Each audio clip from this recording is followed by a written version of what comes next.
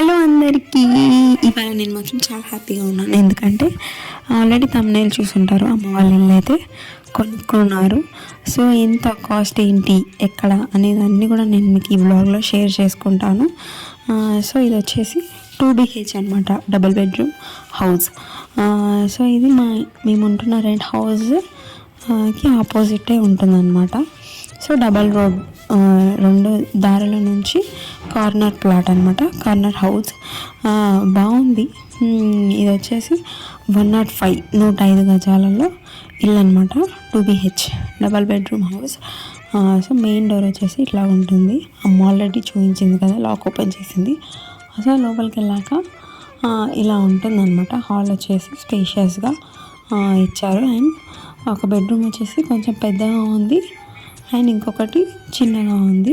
So ఇది పూజ గది. And ఇది వచ్చేసి కిచెన్, ఓపెన్ కిచెన్ కాదు, నార్మల్ కిచెనే.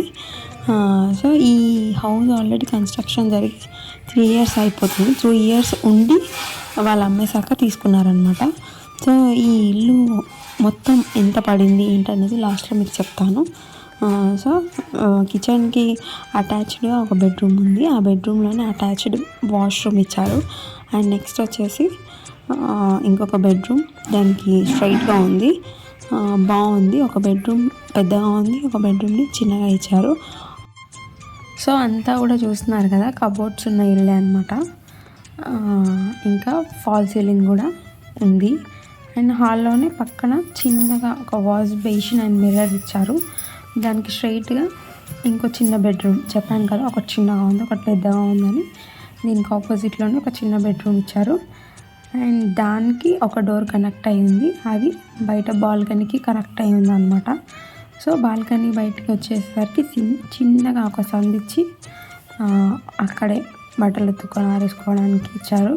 మొత్తం ఆల్ ఓవర్ ఇల్లు వచ్చేసి 43 lakhs పడింది.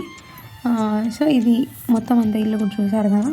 మరి మీకు ఈ ప్రైస్ అనేది ఎట్లా ఉంది, దీనికి వర్తా కాదా అని చెప్పేసి ఒక చిన్న కమెంట్ అయితే చేయండి. అలానే నా ఛానల్ని సబ్స్క్రైబ్ చేసుకోండి. Thanks for watching. ఈ వీడియో అయితే మీకు యూస్ఫుల్ అయిందని అనుకుంటున్నాను.